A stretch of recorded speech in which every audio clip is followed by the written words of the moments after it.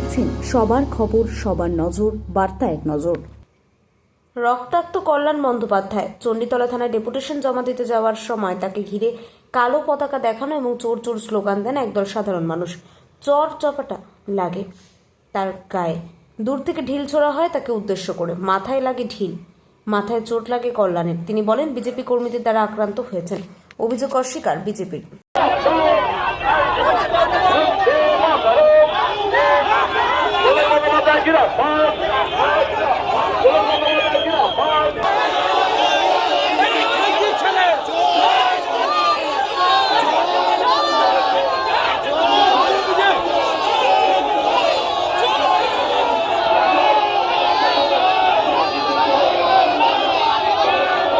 আমি কাউকে নিয়ে আসিনি, একা একা আসছিলাম। এই চণ্ডীতলার মোড়টায় বিজেপির লোকেরা চিৎকার করে গালাগাল দিয়ে মাথায় দূর থেকে ঢিল কি বল, বড় ইউজ বল ছুড়েছে, আমি বুঝতে পারছি না।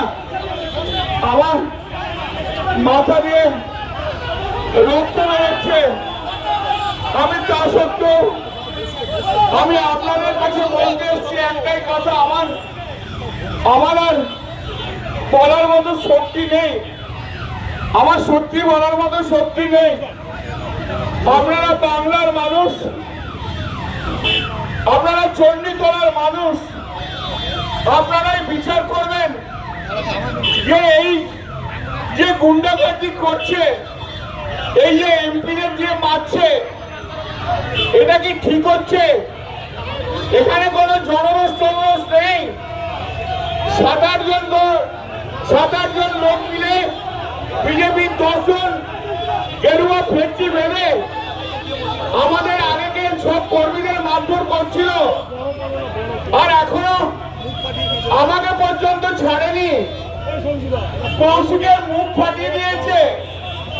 একটু আগে আমি যখন হেঁটে হেঁটে আসছিলাম, তখন একজন ভদ্রমহিলা, তিনি মোটর সাইকেল করে যাচ্ছিলেন, তার পিছনে বোধহয় স্বামী ছিল, রাস্তায় নেমে আমাকে বললো, দাদা আমাদের প্রচন্ড মেরেছে বিজেপির লোকজন। সারা পশ্চিমবাংলায় যেভাবে বিজেপি যেভাবে আমাদের উপরে অত্যাচার করছে, বিজেপি শূন্য করে দিতে চাইছে, ওরা সিপিএম কে এবং পশ্চিমবাংলায় কংগ্রেসকে অক্সিজেন দিতে চাইছে। আমি আপনাদের কাছে আমি আবার এই মাইকের মাধ্যম দিয়ে আমি সারা বাংলার মানুষকে একটা জিনিসই বলতে চাই, যে আপনারা এই কর্মকে সমর্থন করছেন তো ওরা যেভাবে বিরোধীদের মারধর করছে, এমপিকে দেখলে ওপর থেকে ঢিল